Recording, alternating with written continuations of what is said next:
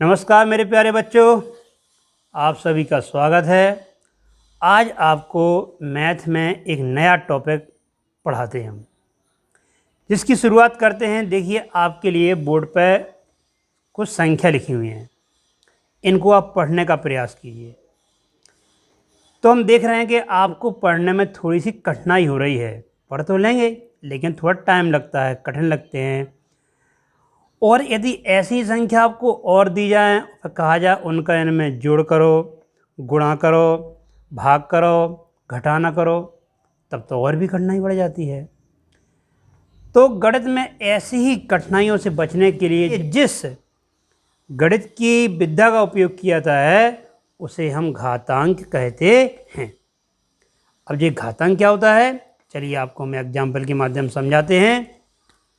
जैसे एक संख्या है कोई 16, ठीक, तो 16 को आप कैसे लिख सकते हैं? 16 और इनके करेंगे ऐसे 2 से 8 बार, 2 से 4 बार, 2 से 2 बार और 2 से 1 बार, ठीक। तो ये कहलाते हैं इनके गुणनखंड। तो 16 के लिए हम 2 इंटू 2 इंटू 2 इंटू 2 लिख सकते हैं। हम आपको गुणनखंड पहले पढ़ा चुके हैं, उन्हीं का एक ये पार्ट हो गया। अब 2 इंटू 2 इंटू 2 इंटू कितने बार लिखा है? 4 बार, 4 बार लिखा है। तो यदि कोई वास्तविक संख्या अपनी स्वयं की जितने बार गुणा के रूप में लिखी जाता है वही उसका घातांक कहलाता है। मतलब किसी वास्तविक संख्या को उसी संख्या से जितनी बार गुणा किया जाता है उसे उस संख्या का घातांक कहते हैं। तो देखिए कितने बार गुणा किया जा रहा है? 4 बार गुणा किया है। तो घातांक कितनी बन जाएगी? 2 की पावर 4। यहाँ पे जो नीचे संख्या होती है इसको कहते हैं आधार। क्या कहते हैं? आधार। और जो ऊपर संख्या लिखी रहती है इसको कहते हैं घात। इंग्लिश में इसको बेस कहते हैं और घात को पावर कहते हैं। तो ये कह रहा था आपका घातांक का एक सामान्य सा रूप। और आप देखिए, जैसे हम आपसे कहें कि 81 को घातांक के रूप में लिखो, तो 81 के हम ऐसे ही गुणनखंड करेंगे तो 3 इंटू 3 इंटू 3 इंटू 3, 3 का 3 बार 9, 9 का 3 में 27, 27 का 3 में 81। तो किसी संख्या कितने बार गुणा हो रहा है? देखिए 4 बार गुणा हो रहा है। तो यहाँ पर क्या बन जाएगा? 3 की पावर 4 या 3 की घात 4।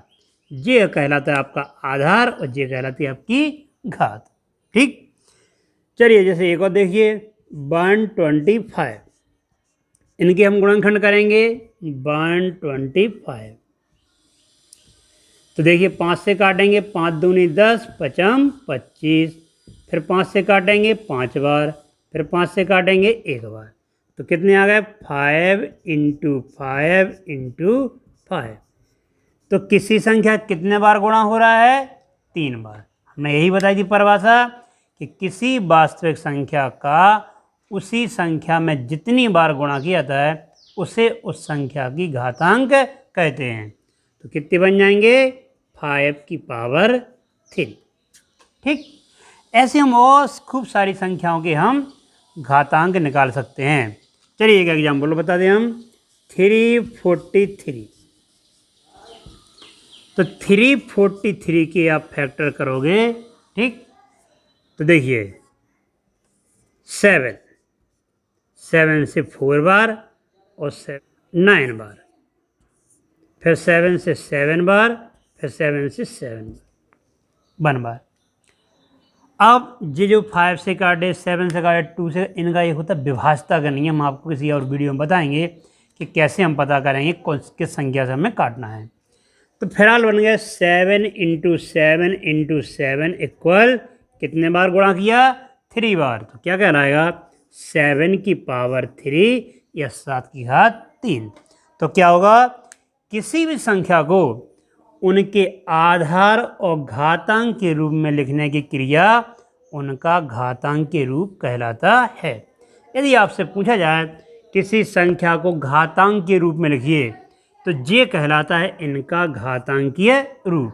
ये आपकी संख्या है और ये हमने इनका घातांकीय रूप बना दिया है। ठीक, तो ये घातांक हो गए और आपका घातांकीय रूप हो गए।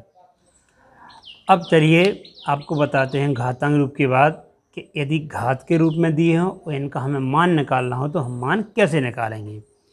जैसे कि हमने कहा -1/2, तो घातांक में हमने आपको सिखाया है कि जितनी घात होती है उतने बार गुणा करना पड़ता है।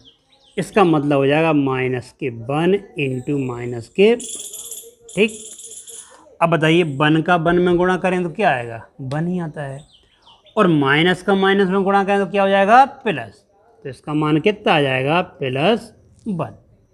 मतलब -1 का स्क्वायर करो तो +1 आता है। जी ध्यान देना, हमें मैथ में बहुत बार इनका यूज करना पड़ता है। चलिए -1 की पावर यदि हम 3 करते हैं तो -1 × -1 × -1। अब देखिए 1 का 1 में करें 1 में मल्टीप्लाई होता है, फिर 1 में करें तो मल्टीप्लाई तो आपका 1 ही आना है, कुछ भी कर लो, यहाँ पर क्या आएगा, 1। अब साइन देखते हैं हम, यहाँ पर माइनस, यहाँ पे माइनस, यहाँ पे माइनस, तो माइनस का माइनस में प्लस, फिर प्लस का माइनस में करेंगे तो माइनस आ जाएगा। हमने आपको गुणा में चिन्ह सिखाए थे, आप पिछली वीडियो में देख सकते हैं उनको। तो ये क्या आ गया, -1। तो हमें ध्यान रखना है -1 का क्यूब करेंगे तो क्या आएगा, -1। चलिए हम -1 की पावर 4 किए लेते हैं। ठीक, तो -1 × -1 × -1 कितना हो जाएगा। तो ये माइनस का -1 में +1, माइनस का -1 में +1 और 1 का 1 में तो क्या आ जाएगा, +1। ठीक, चलिए एक और देखते हैं, -1 की पावर 5, पावर 5 है तो -1 × -1 × -1। ठीक, तो इसका इसमें किया प्लस हो गया, इसका इसमें किया प्लस हो गया, एक माइनस बचा रहा तो इसका मान आएगा -1। तो इन सब एग्जाम्पल के आधार पर आप समझ सकते हैं कि जब भी घात 2 है, जब भी घात 4 है तो इनका मान कैसा है, देखो प्लस का आया है, और जब भी घात 3 है, जब भी घात 5 है तो इनका मान क्या आया, माइनस में आया। इस आधार पे हम कह सकते हैं कि यदि -1 की पावर सम संख्या है, क्या है, सम संख्या। सम संख्या समझते हैं, 2, 4, 6, 8, 0 जिनके लास्ट में जो होते हैं वो सम संख्या है। तो यदि सम संख्या है तो इसका मान कैसा आना है, +1 आना है। कितनी घात क्यों ना लगी होगी, सब कुछ करो, -1 की पावर लिखे हैं 154। अब यहाँ पे जितने हम करेंगे -1 का मल्टीप्लाई 154 बार करेंगे, नहीं करेंगे। हम सीख गए हैं कि -1 की पावर यदि सम संख्या है तो उसका मान क्या आता है, +1 आता है।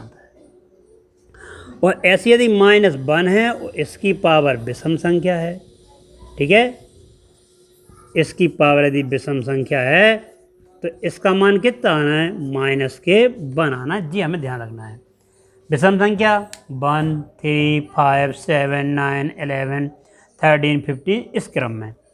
तो जैसे -1 लिखा, उसकी पावर लिखा है 199, तो देखिए विषम संख्या है क्या नहीं। और -1 की पावर यदि विषम संख्या है तो उसका मान क्या आएगा, -1 आएगा। क्लियर है।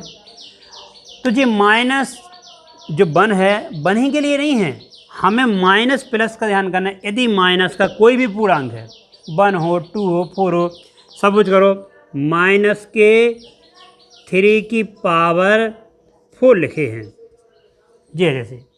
अब इसका मान कुछ भी हो वो अपनी जगह है, लेकिन चिन्ह तो पक्का हो गया, पावर क्या है, सम।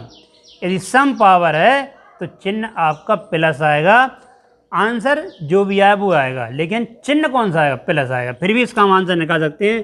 3 की पावर 4 हमने अभी किया था, 81 आता है, और देखिए पावर 4 चिन्ह क्या आएगा, प्लस। तो चिन्ह को हम घात से समझेंगे। लिखा है मान लो -7 की पावर 3 लिखे हैं, तो देखिए पावर कितनी है, 3 कैसी है, विषम संख्या। विषम संख्या है तो 7 का 3 बार मल्टीप्लाई करेंगे, 343 आएगा, लेकिन चिन्ह कौन सा आएगा? माइनस। क्यों आ जाएगा माइनस? क्योंकि घात आपकी विषम है। 3, 5 पावर मिलें तो समझो माइनस आएगा, अन्यथा क्या आ जाएगा आपका? प्लस। क्लियर है?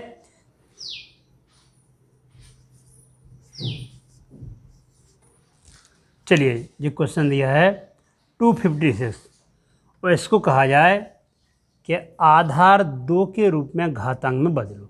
ठीक, इनके हम फैक्टर करेंगे।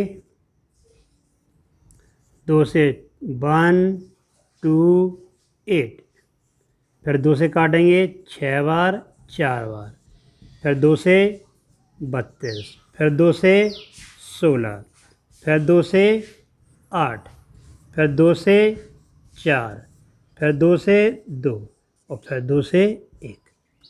ठीक, तो इनको यदि कहा जाए, पूछा जाता है आपसे, स्पेशल कहा जाएगा कि आधार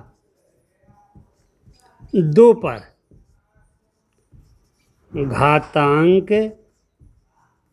के रूप में लिखें।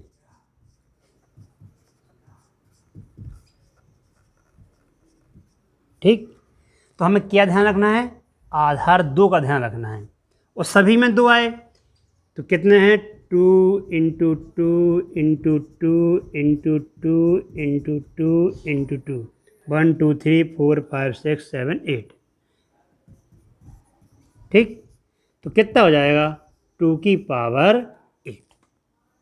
लेकिन यदि इसी क्वेश्चन में पूछ लिया कि 4 के आधार पर लिखो, अभी आधार क्या बोला? 2, अब लिख देंगे कि आधार 4 पर घातांक रूप बनाओ।